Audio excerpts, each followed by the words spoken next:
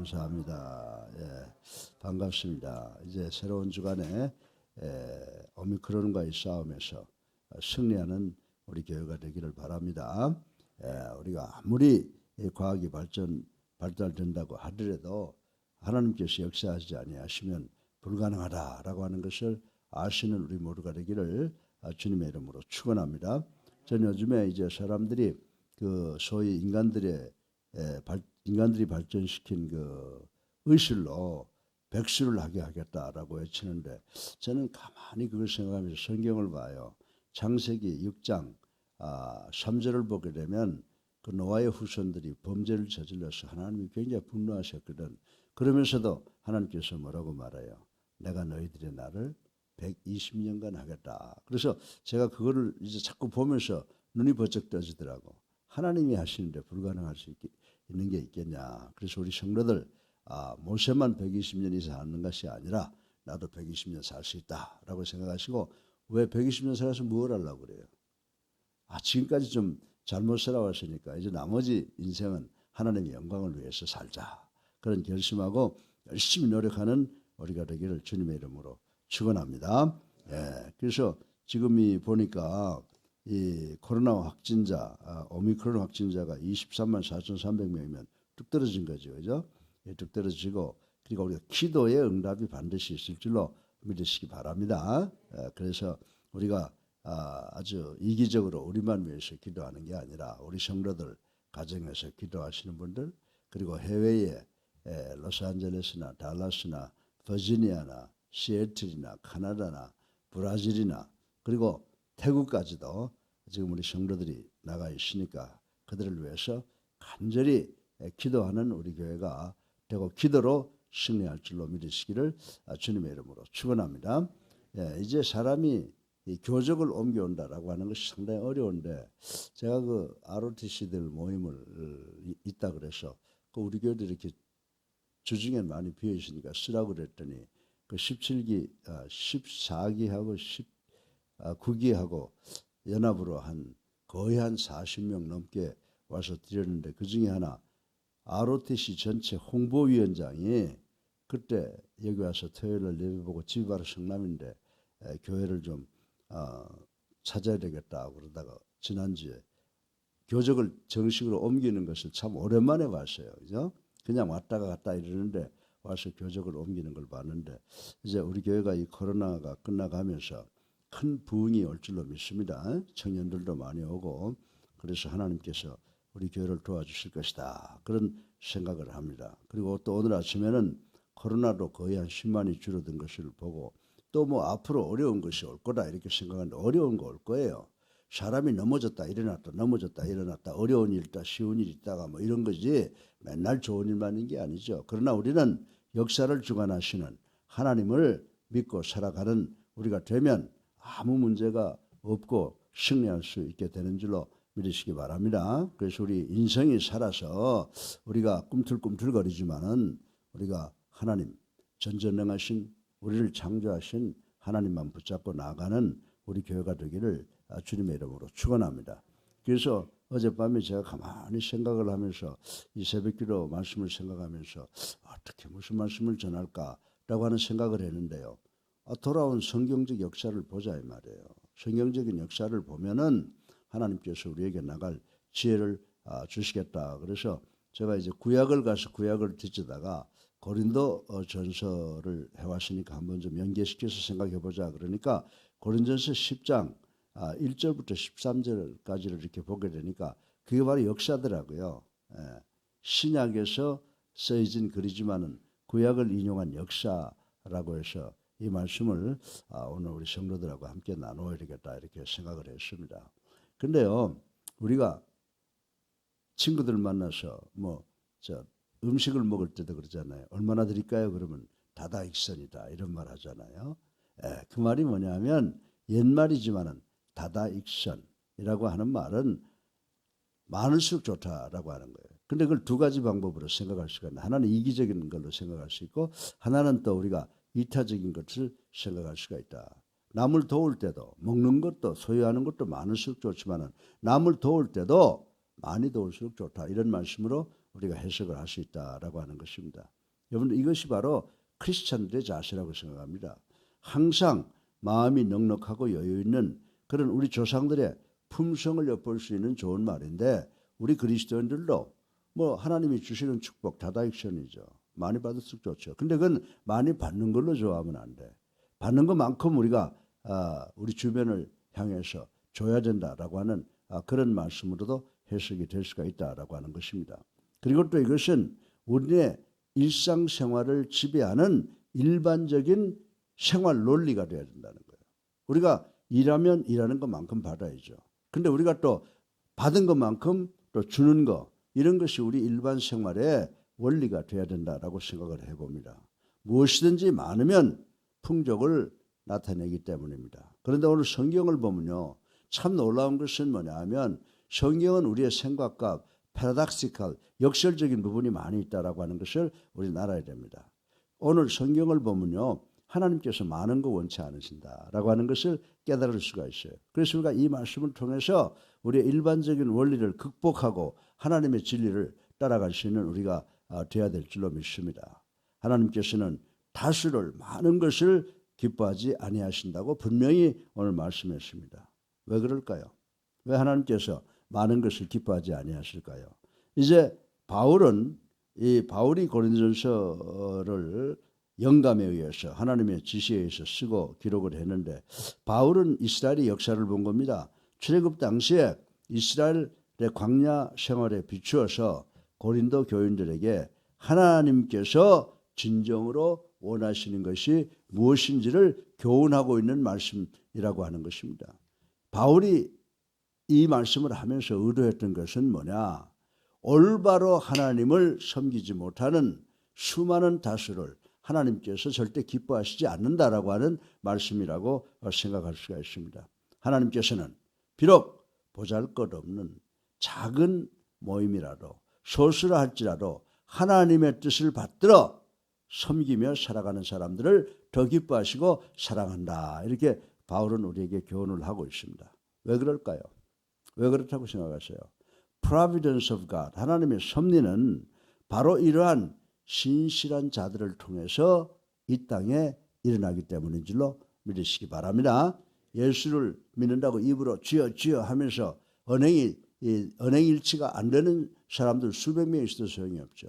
그러나 단 10손가락에 들어가는 사람들이 모여서 기도하고 그리고 또 자기가 결심하고 하나님의 뜻대로 움직이는 그 사람들이 더 하나님께서 바라시고 기뻐하시는 일이다라고 바울은 우리들에게 이야기를 해주고 있습니다. 그래서 오늘 이 말씀을 보면은 세 가지로 우리가 교훈을 얻을 수가 있는데 이스라엘의 역사를 통해서 그걸 거울로 바라보면서 바울이 뭐라고 말씀하고 있습니까? 특별히 5절에 보면 하나님께서는 다수를 기뻐하지 않는다라고 하는 거예요. 다수를 기뻐하지 않는다라고 말씀하시고 있습니다. 하나님께서는 고통과 질고 중에 있는 이스라엘 백성들을 어떻게 하셨어요? 출애굽시켰잖아요. 해방시켰지 않습니까? 이제 그들에게 남은 것이 뭐예요? 그 막강한 그 당시에 애굽은요. 지금 미국에 비할 수 있는 그런 막강한 나라였어요. 그것을 모세가 하나님의 도움으로 이스라엘 백성들을 출애굽시켰습니다. 이제 그들이 남은 건 뭐예요? 어렵더라도 광야만 지나가면 젖과 꿀이 흐르는 땅으로 들어갈 수가 있습니다. 그래서 이제 남은 것은 광야를 건너서 하나님께서 약속하신 젖과 꿀이 흐르는 가나안 땅을 향하여 가는 일이었다라고 하는 것입니다. 그런데 이게 웬일입니까? 너무나도 많은 사람들이 광야에서 시련을 견디지 못하고 그만 하나님께 많은 죄를 짓고 말았다고 하는 것입니다.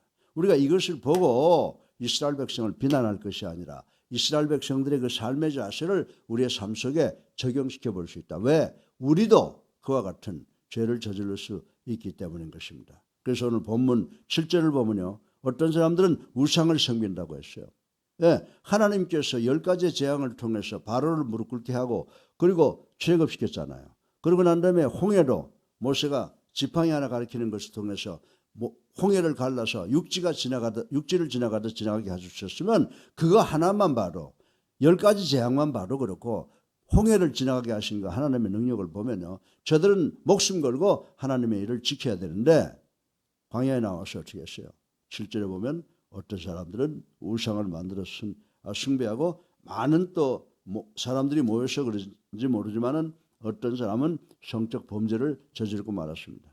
그뿐만이 아니라 하나님을 시험하고 더 나아가서는 하나님을 원망하기까지도 했다라고 하는 우리가 역사적 기록을 우린 잘 알고 있는 것입니다.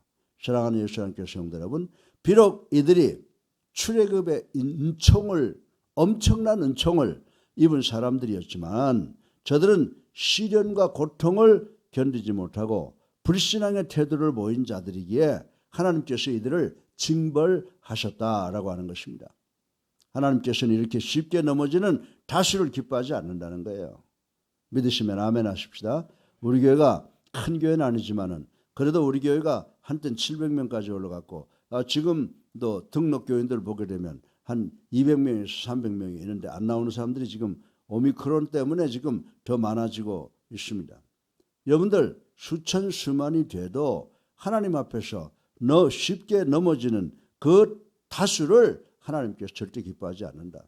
우리가 비록 지금은 이제 여러 가지 형편으로 영상이다 비대면이다 해서 줄어들고 있지만은 오히려 이것이 기도원의 300용사가 돼서 이제 미래를 위한 새로운 교회로 거듭나는 역사가 우리에게 일어날 줄로 믿으시기를 주님의 이름으로 축원합니다. 왜? 하나님께서는 이렇게 쉽게 넘어지는 다수를 기뻐하지 않으십니다.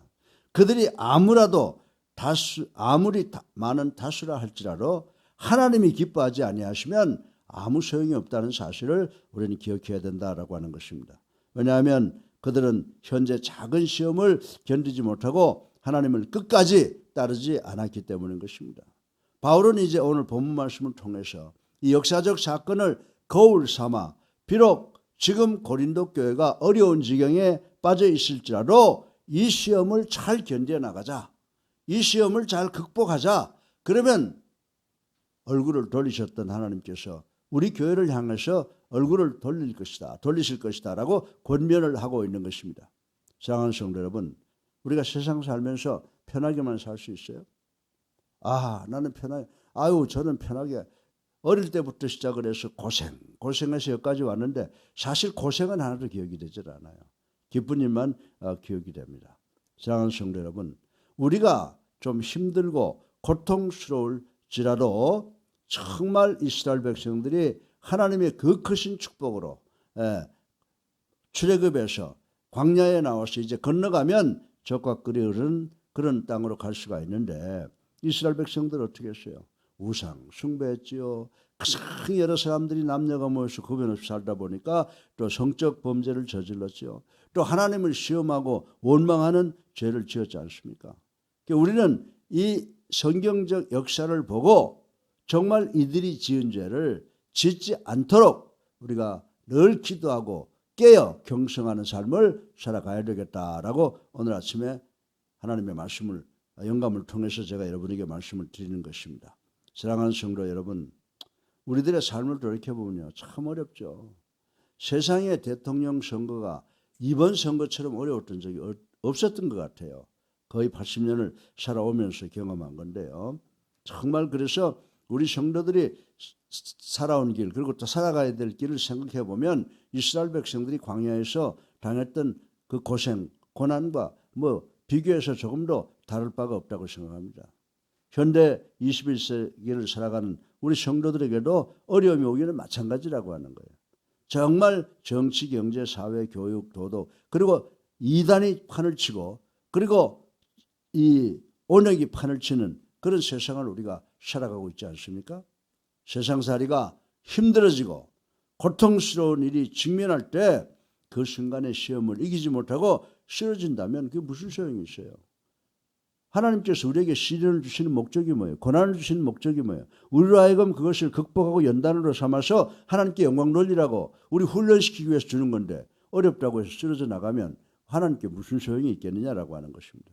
우리가 어떤 시험과 고난을 당하더라도 그것을 극복하고 이겨나갈 때 하나님께서 기뻐하시는 줄로 그리고 우리에게 더 많은 축복을 주시는 줄로 믿으시기를 주님의 이름으로 축원합니다. 그래서 우리 조상들이 하나님을 알았는지는 모르지만은 고진감래라고 하는 말이 있잖아요. 하나님 주시는 모든 고통은 연단이다 이거예요.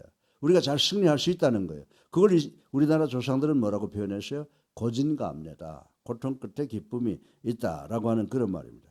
우리 옛말처럼 시험을 당할 때 견디어내는 참을성, 인내가 우리 모두에게 필요한 줄로 믿으시기를 주님의 이름으로 축원합니다. 바울이 교훈하는 바대로 광야에서의 생활을 역사의 거울로 삼아야 되는 줄로 믿으시기를 주님의 이름으로 축원합니다. 그래서 오늘 첫 번째 우리가 생각해 본 게 뭐라고요? 하나님은 다수를 기뻐하지 않는다. 소수라도 두세 사람이 모이는 곳에 기도할 때 하나님이 그곳에 계신다고 분명히 말씀하신 것을 우리는 기억해야 되는 줄로 믿으시기를 주님의 이름으로 축원합니다.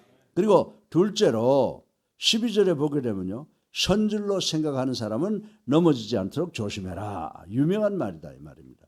그런데 시험은 어떤 자들에게 올까요? 여러분들 시험이 나약한 사람들한테 온다고 생각할 수 있죠. 그죠? 저 사람은 이 마음이 약한 사람이야. 그래서 시험을 많이 당해. 그렇게 생각하지만 저는 그 천만의 말씀이라고 생각해요. 정말 나약한 사람이 시험에 빠지는 경우보다는 오히려 자기는 강하다. 자기는 능력 있다. 자기는 부자다라고 자고하고 교만한 자들에게 시험이 더 많이 온다고 저는 생각을 하고 있습니다. 약한 자들은 그들이 약하기에 누구를 의존해요? 강한 사람은 의존하려고 그러죠. 그런데 우리 성도들은 하나님 저는 아주 무지렁입니다. 무지합니다. 부족합니다. 그러면서 누구를 의지할까요? 우리는 하나님을 의지하는 사람이 되는 줄로 믿으시기 바랍니다. 그러나 내가 강하다고 생각하는 자들은 자신들을 과신하기 때문에 오히려 하나님을 떠나서 살다가 넘어지기 쉽다라고 하는 것입니다. 그래서 옛말에 무슨 말이 있어요? 아는 길도 물어라. 그래서 저는 길 모르면요. 그걸 찾으려고 안 써요. 무조건 물어. 그게 지름길이에요. 예? 그래서 바울 선생님은 오늘 이 말씀을 하는 대상이 연약한 자들에게 하는 것이 아니라 스스로 섰다고 생각하는 자, 강한 자들에게, 교만한 자들에게 넘어지지 않도록 조심하라고 교훈을 하고 있는데 우리에게 귀한 말씀이라고 생각합니다. 우리는 이런 사실을 모세의 경우를 통해 볼 수가 있습니다. 그가 혈기왕성하고 무엇인가 할 수 있으리라고 믿을 때 하나님께서는 오히려 시험을 통하여 모세를 꺾으셨다라고 하는 것을 우리는 성경을 통해서 배울 수가 있습니다. 그러나 할 수 없습니다 라고 할 때 하나님께서 모세를 들어 쓰셨다는 사실을 우리는 잘 알고 있습니다. 그래서 여러분들 잠언 28장 26절에 보면요. 잠언 기자는 자기의 마음을 믿는 자는 어떤 사람이라고 그러는지 아세요? 미련한 자라고 그랬어요.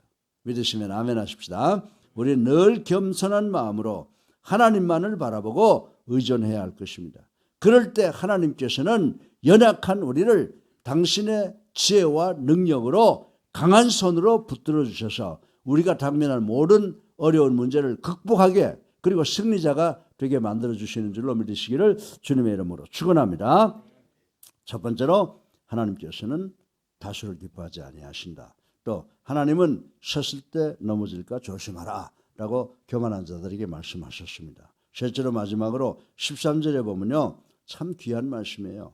하나님께서는 감당하지 못할 시험을 주시지 않는다. 아멘. 예. 시험도 누가 주시는 거예요?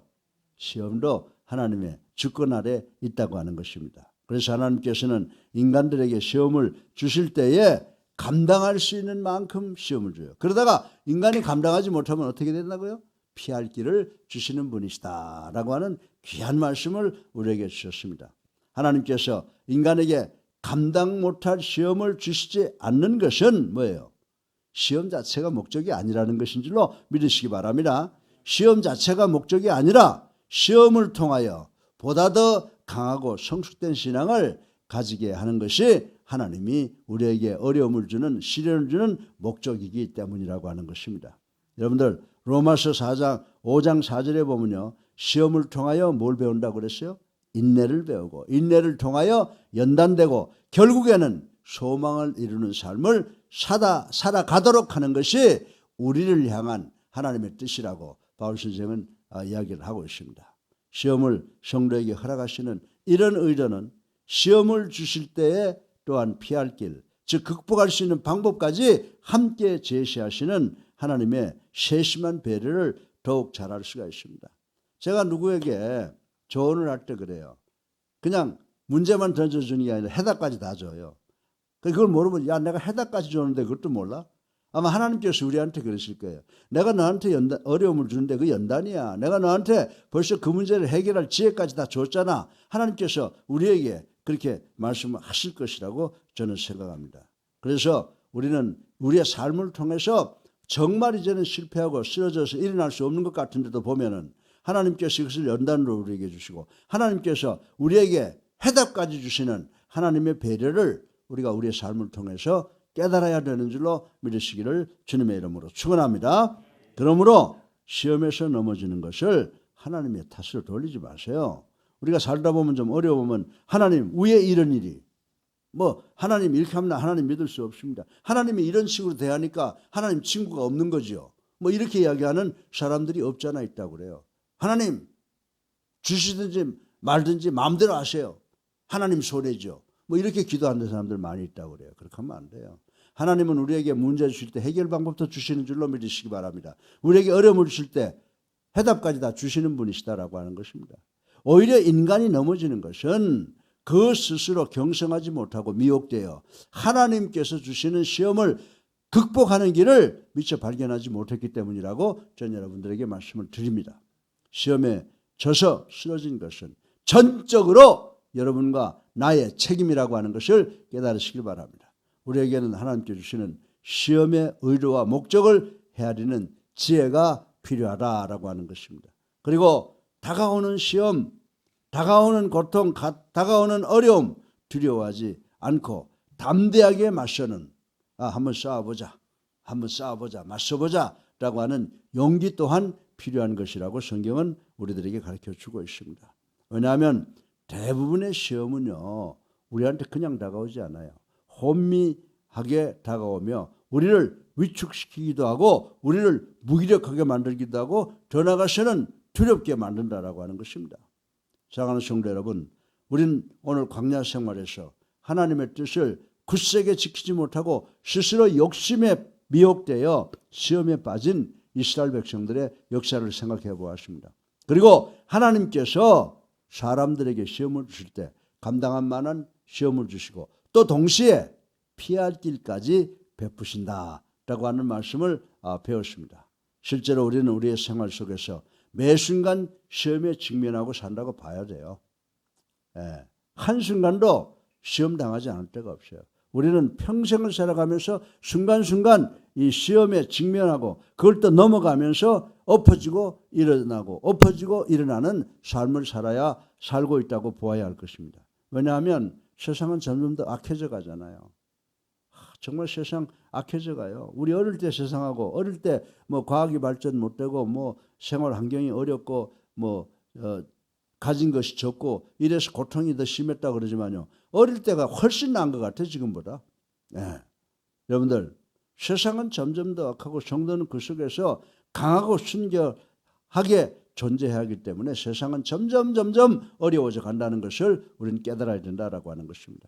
이처럼 세상이 악해져 갈수록 우리 믿는 자들은 악의 시험을 통해 자신을 더 견고하게 다듬어 몰딩 만들어가야 되는 줄로 믿으시기를 주님의 이름으로 축원합니다. 그러나 만약 우리가 스스로 선줄로 자고 하면 도리어 넘어질 수밖에 없다라고 하는 것입니다.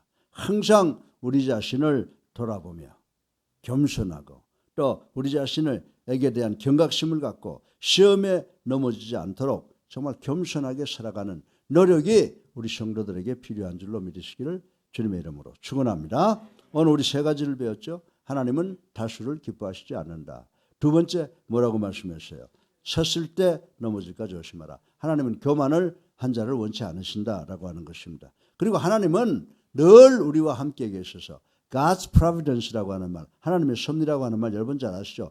프로라고 하는 말과 본다는 말이 합성된 거예요. 하나님께서 우리보다 한두 번 앞서가면서 우리에게 문제를 주시면서 그 문제를 풀어가는 해답까지 주시는 줄로 믿으시기를 바랍니다. 그래서 하나님은 우리에게 시험을 주시더라도 감당할 시험을 주시고 또 우리가 감당하지 못하면 피할 길을 주시는 좋은 분이시다 라고 하는 것을 오늘 아침에 꼭 기억하시고 우리 하나님의 말씀에 절대 순종하고 하나님만 바라보고 나아가시는 우리 모두가 되기를 주님의 이름으로 축원합니다. 지나이 많으신 아버지 하나님 참으로 감사합니다. 오늘 하나님은 자수를 기뻐하지 아니하시고 하나님은 섰을 때 조심하라고 겸손을 가르쳐 주셨습니다. 또 하나님은 우리가 감당할 시험만을 주시고 우리가 감당하지 못할 때는 피할 길을 주신다고 하는 귀한 진리의 말씀을 주셨습니다. 우리 이 말씀 붙잡고 하나님 붙잡고 열심히 살아가는 우리가 되고 승리하는 우리 예수사랑교회 성도들 될 수 있도록 축복하여 주시옵소서. 예수 그리스도 이름으로 감사하며 기도드렸사옵나이다. 아멘. 할렐루야. 예, 우리 앞뒤에 불 보시고 사랑합니다. 감사합니다. 인사하세요. 예, 감사합니다. 감사합니다. 이렇게 오늘 아침에 기도 시간에 뵙게 돼서 감사합니다. 우리 다 같이 하나님의 말씀을 생각하면서 217장 찬송 부르시고 기도하는 시간 갖겠습니다. 217장입니다. 예.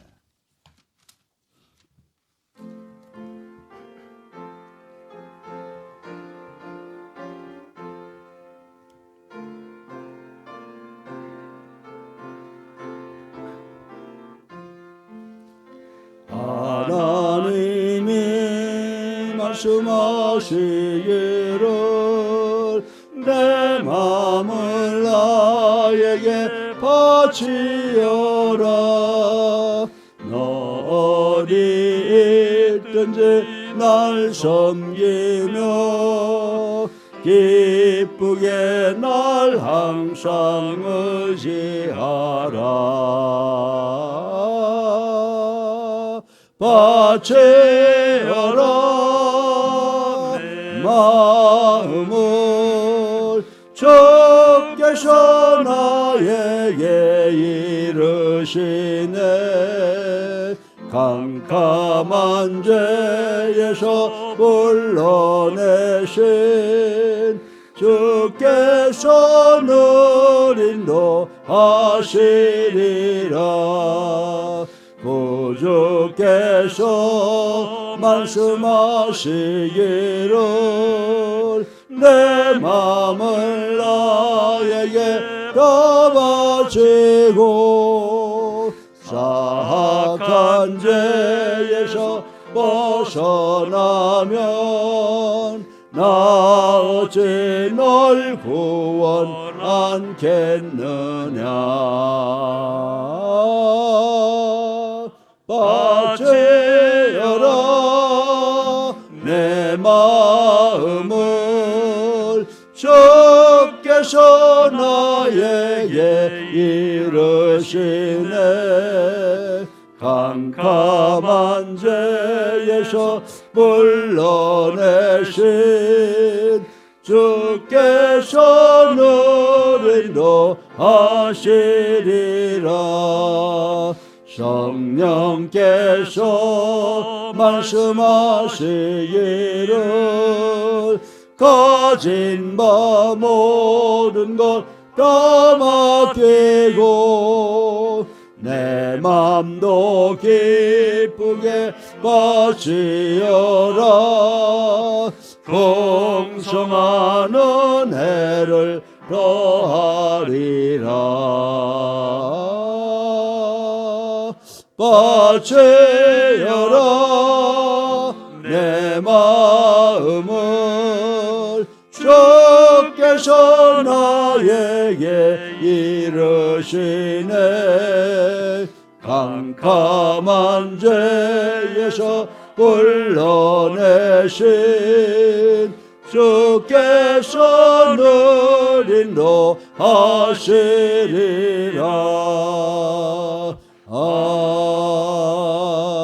아멘.